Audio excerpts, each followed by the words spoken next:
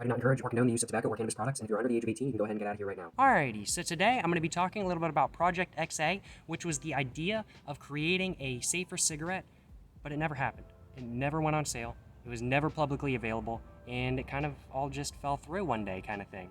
Today, I'm going to be talking a little bit about Project XA, how it was a safer cigarette, and I'm going to be smoking a little bit of a basic Red 100. I'm very, very excited to smoke these. You know, I had to smoke a 100 because this is going to be a little bit of a longer video. So, yeah, you know what I'm saying? Let's go ahead and get this lit up, and let's go ahead and, start talking a little bit about Project XA. I hope you guys are just as excited as I am to talk a little bit about this. This is a very interesting topic of discussion, in my personal opinion, because this is one of the first attempts to create a safer cigarette.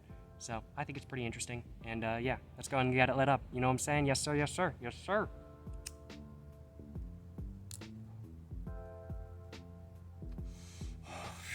But yeah, people have known that cigarettes weren't safe for a long time kind of thing. Since the 1940s, actually, cigarette companies have known that cigarettes aren't safe. But it wasn't really publicly known until the 1950s, 1960s. So, to create a safer cigarette, Liggett and Myers, also known as L&M, created this Project XA, in 1955 to try to create, well, a safer cigarette. And the project was run by Dr. Thomas Mould, who at the time was the assistant director of research for L&M.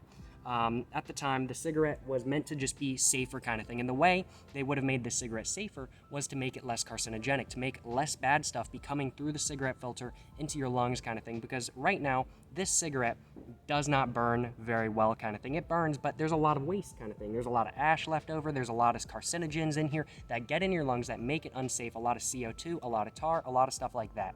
Basically, what they wanted to do was create a cleaner burning cigarette, and the way they would have done this was by introducing palladium nitrate. Now, palladium nitrate at the time was used in spark plugs. I don't know if it's still used in spark plugs, but at the time it was used in spark plugs to make gas burn more efficiently in an engine and to help improve gas efficiency and just engine efficiency overall. So basically, they were going to use this thing that's in spark plugs in cigarettes. And so they introduced it. And, well, did it work? Well, yeah, it actually did. The cigarettes were found to be safer. Which is just absolutely crazy. And this took 12 years of development and then 5 years more of red tape kind of thing. And Dr. Thomas Mould said in an interview in the 90s, yeah, they were safer kind of thing, which is crazy. We could have had a safe cigarette, but it never happened. It took $15 million to fund this project. And by the time it was done, after 12 years and after 5 years of red tape, as said, L&M started storing palladium nitrate and started collecting palladium nitrate to prepare for the production of these cigarettes. They were set to go into production, but it never happened. It all went downhill from there. Basically, at the time, in the 70s, L&M was in a massive court case. People were wising up to how dangerous cigarettes were, and basically there's a massive corporate court case kind of thing involving basically every single cigarette brand in the United States, which was a lot. It was run by Philip Morris. The people who were being sued was Philip Morris, but basically Philip Morris had dragged everybody else in too, so everybody was in it together, and they were all sharing court fees. However, all the other cigarette companies found out that L&M was going to be marketing a cigarette as safer, and they basically said, man, if you want to sell this, you're free to, but you can pay the court fees on your own. You can pay all the fees to these anti-smoking companies you want, kind of thing. You can pay it all on your own. We're not teaming up anymore. And L&M at the time simply could not afford that. They could not afford to pay these people the money they needed, the money they were going to lose in the court case. They couldn't afford it. So they ended up trashing the whole idea. 12 years, almost 12 years worth of work, and 5 years of red tape and $15 million down the drain. Down the drain. That's just crazy. It's just absolutely insane. And so basically they threatened L&M to pay the court fees and everything like that, as said. And basically later on, when R.J. Reynolds finally owned L&M, they basically said that if they were going to create a smokeless cigarette or something sort of safer cigarette kind of thing, they said they would not market it as a safer cigarette because that would basically unestablish the cigarette company's opinion. Because at the time, both L&M, R.J. Reynolds, Philip Morris, and basically every other cigarette company in the USA at least stood on the fact that cigarettes were not unhealthy. And so basically, creating a cigarette and marketing as a safer cigarette would invalidate all of those claims, kind of thing. They would basically be shown to be liars for the last 20, 30, 40 years. And that would be a big deal. That would be a big deal. That was really the main deal breaker kind of thing of why L&M didn't do it, because it would have completely invalidated what they said, and basically it would have opened them up to a whole nother level of court cases, because now they're marketing a safer cigarette. Is it really safer? Who really knows, kind of thing. As said, this cigarette was found to be safer, but how much safer, we don't know. Of course, vaping is safer than cigarettes, but we don't know how much safer. People say 95%, but is that really an accurate thing? We don't really know, kind of thing. And so the problem is that it was $15 million and 20 years down the drain, and they couldn't even produce a cigarette. And it's sad. It's sad. It's really sad. And I really do wish that this cigarette had been brought on market. That's pretty much the end of the story right there. And it really sucks, because I think something very interesting could have happened with this cigarette, and it's a real big shame that nothing ever happened, kind of thing. I do find it amusing, though, that L&M, which is now owned by, I believe, R.J. Reynolds, was the first to try to create a safer cigarette. R.J. Reynolds later tried in the 80s and 90s, and I believe Philip Morris tried in the 90s as well, and then, of course, Philip Morris is still trying. They've got the IQOS, and they've invested a lot in Juul. So, obviously, cigarette companies are still trying to invest in a safer cigarette, but they will refuse to market it as a safer cigarette, and that would have been basically what L&M would have been trying to do, kind of thing, and it would have just invalidated everything. The fact that this project was shut down over basically a petty feud just doesn't do it justice. $15 million and 12 years of hard work for what was his name? Dr. Thomas Mold. Dr. Thomas Mold, I believe it was. Oh man, I'm looking for it. I've got my notes right here. Dr. Thomas Mold. I feel bad for that man. You know what I'm saying? Because let me tell you what, 12 years, and he was working on the project for the entire 12 years, and he later said on an interview, and I'll list all my sources in the description down below, of course.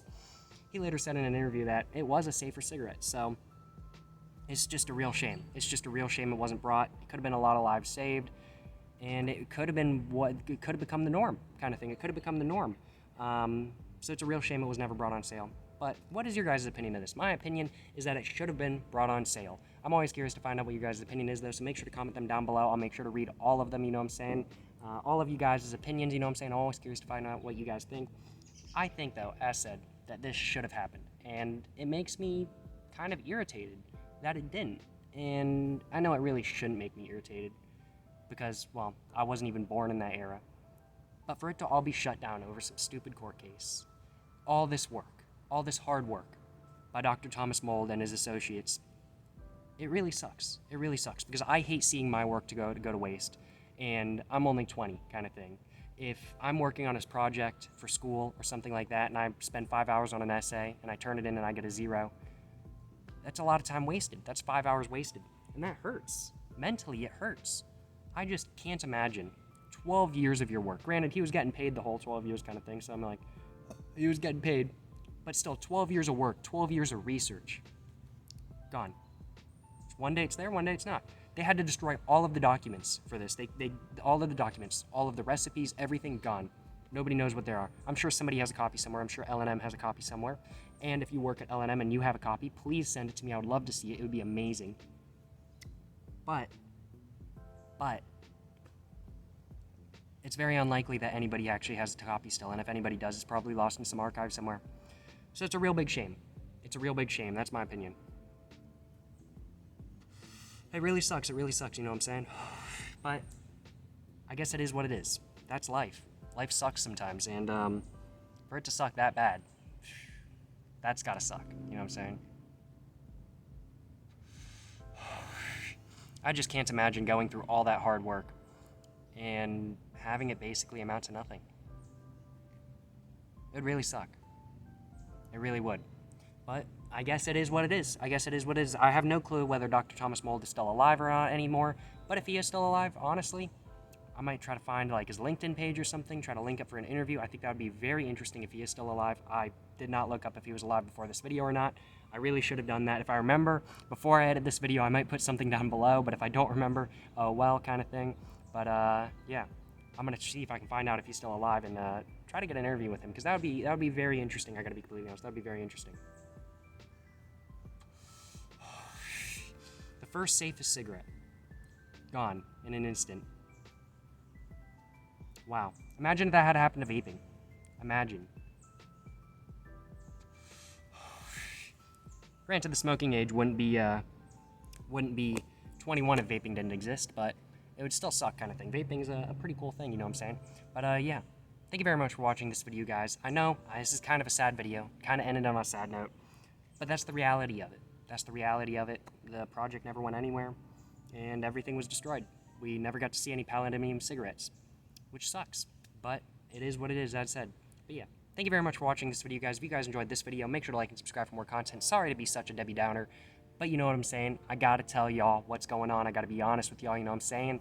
But yeah, as said, thank you very much for watching this video, guys. If you guys enjoyed this video, make sure to like and subscribe for more content. I have my Instagram and my book in the description down below. Highly recommend you guys check both those out. But yeah, thank you very much for watching. Until the next one, guys, stay safe and peace. Have a great one out there, and stay safe, yo, you know what I'm saying.